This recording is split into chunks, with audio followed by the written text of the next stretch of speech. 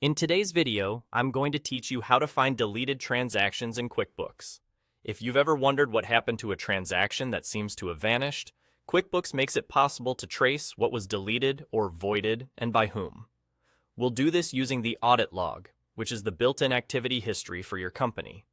It records who did what and when, so you can verify changes and maintain accurate records. Start from your QuickBooks dashboard and look for the Settings menu, which is the small gear icon at the top right of the screen. Open it, then choose Audit Log.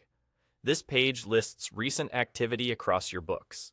To avoid scrolling through everything, we'll narrow it down using filters so you only see deleted or voided transactions. Open the filters and set the event type to deleted or voided transactions. This tells QuickBooks to show only the activity where something was removed or marked void, instead of normal edits or creations. While you're in the filters, you can get even more precise. Filter by user if you know who made the change, by date if you have a time frame in mind, or by transaction type if you're tracking something specific like an invoice. Choosing invoice, for example, can save time if that's what you're investigating. Once your filters look right, click Apply. The audit log will refresh to display only the items that match what you set. If nothing appears, try widening the date range, checking a different user, or removing the transaction type filter to broaden the results. It's common to need a slightly wider window than you expect, especially if you're not sure exactly when the change happened. Scan the filtered list and look for the transaction you want to review.